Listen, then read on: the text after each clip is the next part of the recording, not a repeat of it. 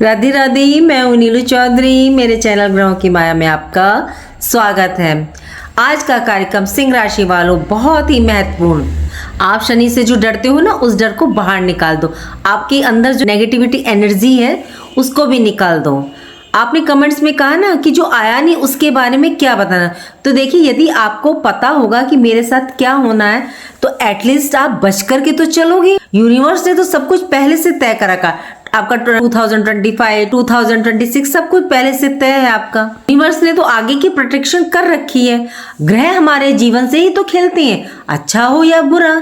तो देखिए सिंह राशि पर शनि की ढैया शुरू हो जाएगी 29 मार्च 2025 में। तो देखिए शनि जब आपके 8th हाउस में आ जाएंगे तो आप पर शनि की ढैया प्रभावी हो जाएगी। और 29 मार्च में आपके 8th हाउस में जब शनि आएंगे तो शनि जहां बैठते हैं, जिस घर में ट्रांजिट करते हैं, उस घर की क्या है, ये वृद्धि करते हैं। इट मीन्स कि आपको उस घर से रिलेटेड कार्यों को, अपने कर्मों को, एनर्जी को उस घर पर लगाना है। यानी कि हमें वहां पर अपने एफर्ट्स को डालना है। चाहे शनि की ढैया हो या साढ़े सती हो, मेहनत तो देखिए करनी पड़ती है। शनि की ढैया लगती कैसे है? जब आपकी राशि से शनि 4th हाउस में या 8th हाउस में ट्रांजिट करते हैं तो शनि की ढैया लगती है। देखिए अब आपको क्या फल देंगे शनिदेव। ढैया लगने बाद तो शनि कर्म फलदाता है, न्यायाधीश, न्याय के देवता हैं। हम पर जब ढैया साढ़े सती लगती है तो हमको पूरी तरह से मतलब मैच्योर, प्यूरिफाई बनाने के लिए, हमसे मेहनत करवाने के लिए आती है। आप गलत कार्यों को छोड़ करके अच्छे कर्मों पर ध्यान दें। यदि आप कोई गलत काम नहीं करते, पूजा पाठ, धार्मिक कार्य क्षेत्रों से जुड़े हैं, मेडिटेशन की तरफ हैं, तो शनिदेव की ढैया में आपको अच्छे लाभ की प्राप्ति होती है। देखिए सिंह राशि के अनुसार क्या है कि शनि मारक होते हैं, मतलब आपके 6th हाउस और 7th हाउस के ये स्वामी होते हैं। तो ये शनि थोड़ा सा ना अशुभ फल देते हैं। सिंह राशि के जातकों पर जब ढैया या साढ़े सती लगती है तो ये काफी नुकसान करती है, क्योंकि शनि मारक है। जो योग कारक ग्रह होते हैं वो आपको अच्छा फल प्रदान करते हैं, मतलब आपके शुभ परिणाम आपको देते हैं। और सिंह राशि में शनि मारक होती हैं, इसलिए मृत्यु तुल्य के समान कष्ट देना, नुकसान करने का ये काम करते हैं। चलिए अब बात करते हैं 2024 से लेकर 29 मार्च 2025 तक। शनि आपके 7th हाउस में ट्रांजिट कर रहे हैं और शनि की स्थिति अभी ठीक है, क्योंकि 7th हाउस में ये कुंभ राशि में गोचर कर रहे हैं, अपनी मूल त्रिकोण राशि में। ये इनकी प्रिय राशि है। शनि केंद्र भाव में और शश नामक पंच महापुरुष राजयोग बना रहे हैं। इसी कारण से शनि का आपको कोई बुरा प्रभाव देखने को नहीं मिल रहा है। इससे क्या देखने को मिल सकता है कि आपके कार्यों में डिले, थोड़ा आलस की स्थिति का देखना, काम में मन ना लगना। लेकिन यदि सिंह राशि के जातक इन सब को नजरअंदाज करके मेहनत करते हैं, संघर्ष करते हैं, तो बेहतरीन रिजल्ट आपको देखने को मिलेगा। क्यों? क्योंकि गुरु का गोचर आपके कैरियर के क्षेत्र में है, कार्य क्षेत्र में है, आपके 10th हाउस में, वृषभ राशि में। ये आपके कैरियर, कार्य क्षेत्र को अच्छा बनाने का काम करेंगे। शर्त ये है कि आपको कर्म करना पड़ेगा। राहु का ट्रांजिट आपके 8th हाउस में और केतु आपके 2nd हाउस में ट्रांजिट कर रहे हैं। तो राहु और केतु आपको यहाँ बैठकर कुछ देने का काम कर रहे हैं। राहु आपको तो पता ही है कि अचानक से देते हैं, लेकिन काफी सारी परेशानियां भी पैदा करते हैं। ये क्या करते हैं, जस्ट अभी आपको लाभ दे देंगे और जस्ट आपको थोड़ी देर में पता चलेगा कि आपको नुकसान हो गया। केतु आपके 2nd हाउस धन भाव में, तो धन में वृद्धि करने का भी काम करते हैं, लेकिन कुल कुटुंब परिवार में वाद विवाद की स्थिति भी उत्पन्न करते हैं। वाणी भाव में कर्कशता, उग्रता, तेजी लाने का काम करते हैं। तो कुछ क्षेत्रों में आपको सावधानी भी रखनी है। शनि आपको राजयोग के रिजल्ट 29 मार्च 2025 तक देने का काम करेंगे। आपके ऋण, लोन को समाप्त करने का रास्ता निकालेंगे। रोग में जो सफलता नहीं मिल रही थी, जैसे आप दवाई खाते खाते परेशान हो गए थे, समझ ही नहीं आ रहा था कि क्या प्रॉब्लम है, उसमें रोगों को दूर करने का काम करेंगे। शत्रुओं को परास्त करेंगे। जो स्टूडेंट कंपटीशन की तैयारी कर रहे थे उसमें सफलता देने के काम करेंगे। आपके वैवाहिक जीवन को भी सुधारने का काम करेंगे। बिजनेस पार्टनरशिप में भी एक अच्छी स्थिति देखने को आपको मिलेगी। 29 मार्च 2025 तक शनि आपको अच्छे रिजल्ट देने का काम करेंगे। देखिए, शनि की तीसरी दृष्टि आपके भाग्य यानी 9th हाउस में होने के कारण भाग्य का साथ पूरा नहीं मिल पाएगा। संघर्ष, मेहनत आपको ज्यादा करनी पड़ेगी। शिक्षा में बाधा उत्पन्न होगी। स्टूडेंट्स का मन मतलब पढ़ाई लिखाई में भी नहीं लगेगा, मन डाइवर्ट रहेगा, कंसंट्रेशन, फोकस हटेगा और आपकी लव लाइफ, रिलेशन में भी प्रॉब्लम देखने को मिलेगी। फाइनेंशियल कंडीशन में भी ये अप डाउन देखने को मिलेंगे। गुरु बृहस्पति आपके 10th हाउस कार्य क्षेत्र, कैरियर के भाव में ट्रांजिट कर रहे हैं। 5वीं दृष्टि गुरु की आपकी 2nd हाउस यानी कि धन भाव में, तो धन की स्थिति को ये बनाकर रखेंगे। कुल कुटुंब परिवार में सामंजस्य की स्थिति को बनाकर रखेंगे। गुरु बृहस्पति भूमि, भवन, वाहन का सुख भी देंगे।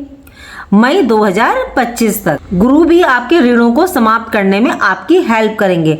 शत्रुओं को परास्त करने का काम करेंगे। रोगों को दूर करेंगे। जॉब में पदोन्नति देने का काम करेंगे।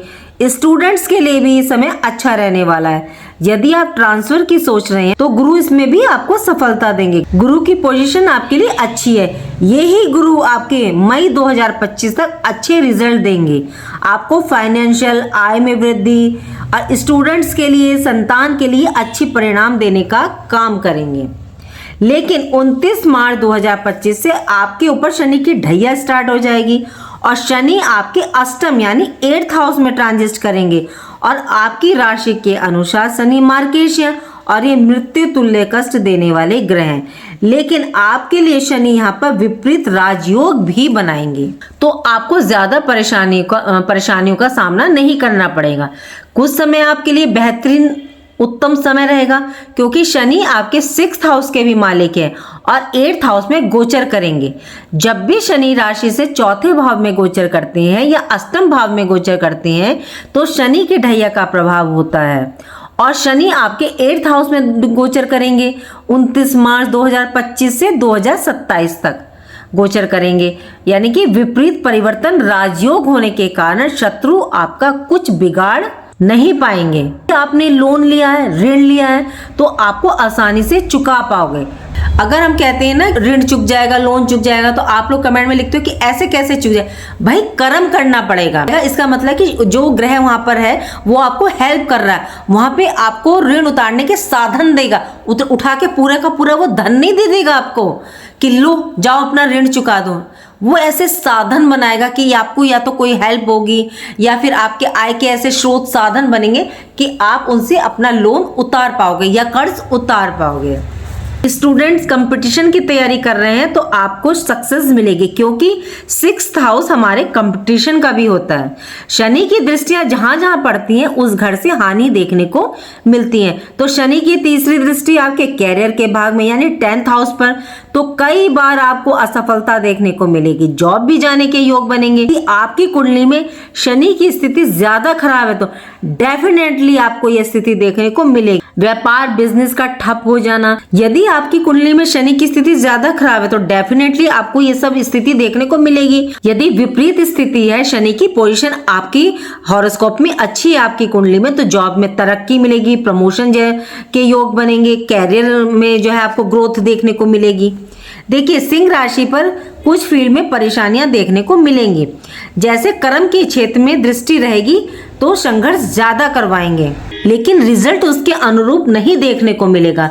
जॉब में आपको अपने कैरियर में सेटिस्फेक्शन नहीं होगा, आपके मन में मतलब चेंज करने का आएगा।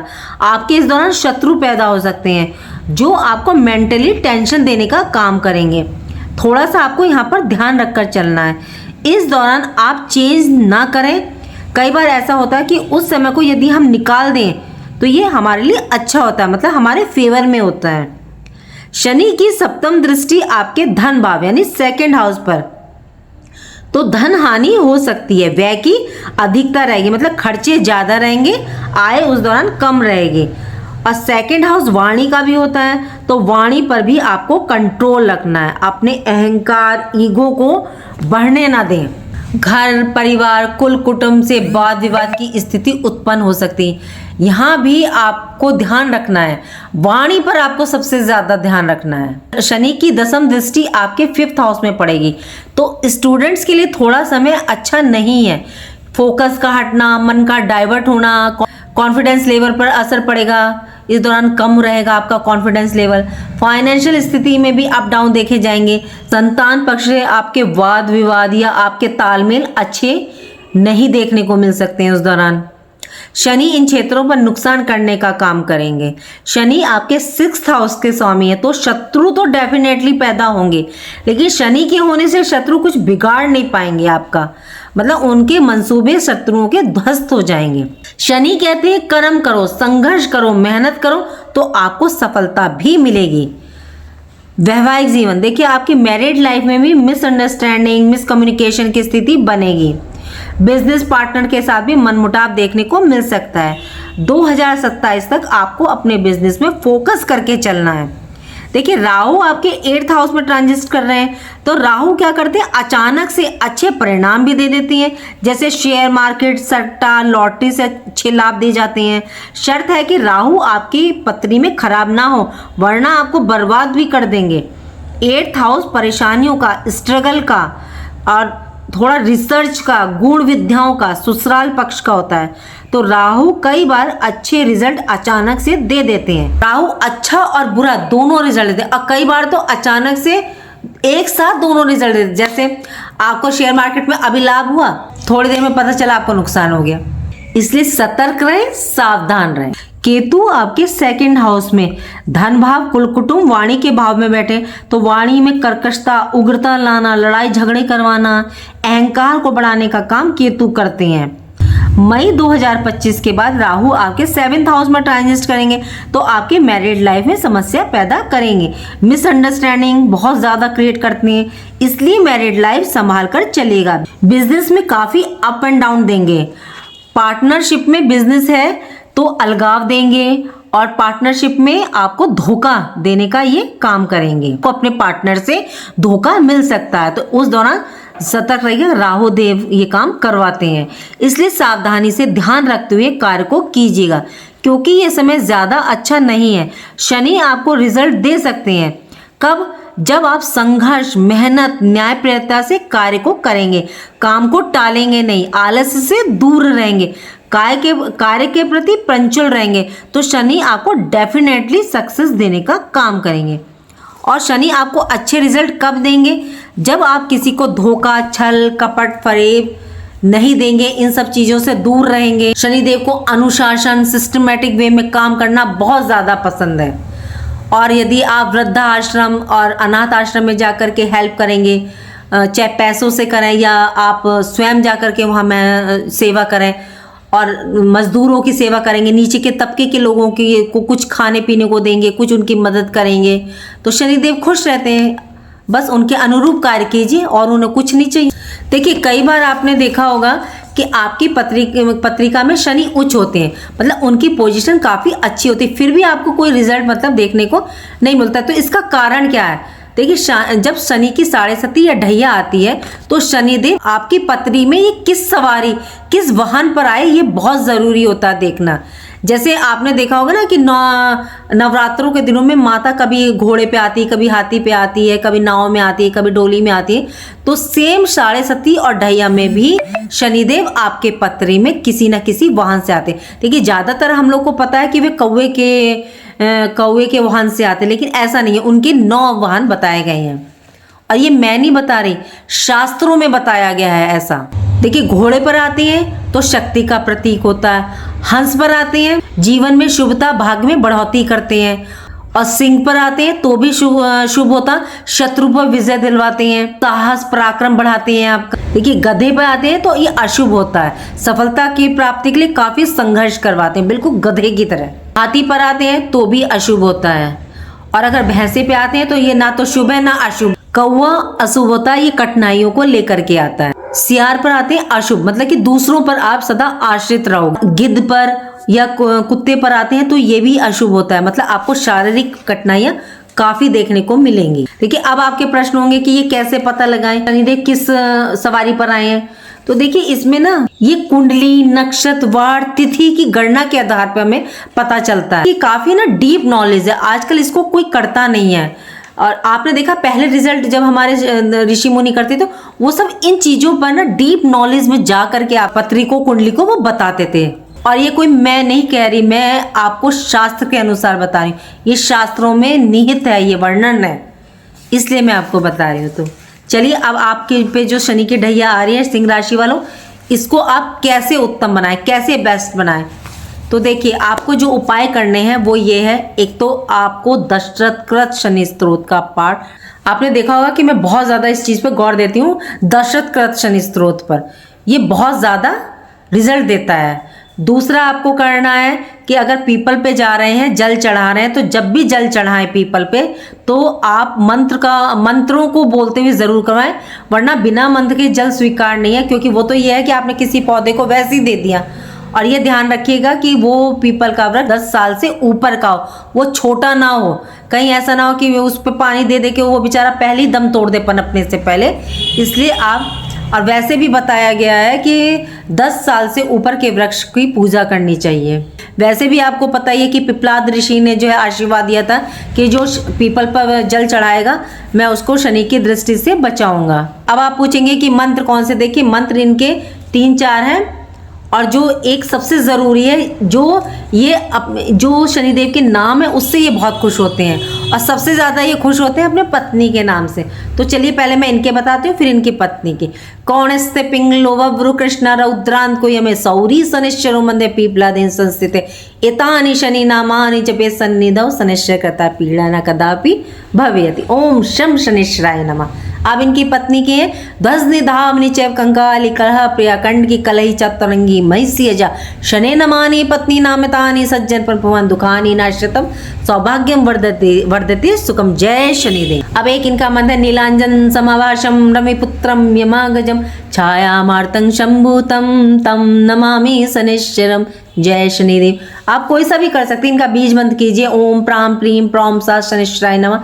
सबसे छोटा कीजिए ओम शम शनिश्चराय नमः। इसको करके देखिए तब रिजल्ट आएगा आपको। और आपके लिए सबसे बेहतरीन है कि आप हनुमान जी की पूजा ज़रूर करें, उनका बजरंग बाण पढ़ें, सुंदरकांड करें, कुछ भी करें, और मंदिर में जाके उनको अगर प्रसाद चढ़ा रहे हैं या कुछ, तो हनुमान जी के दाहिने पैर का तिलक अपने मस्तक पर लगाएं, और फिर देखिए आपको रिजल्ट क्यों नहीं आएगा।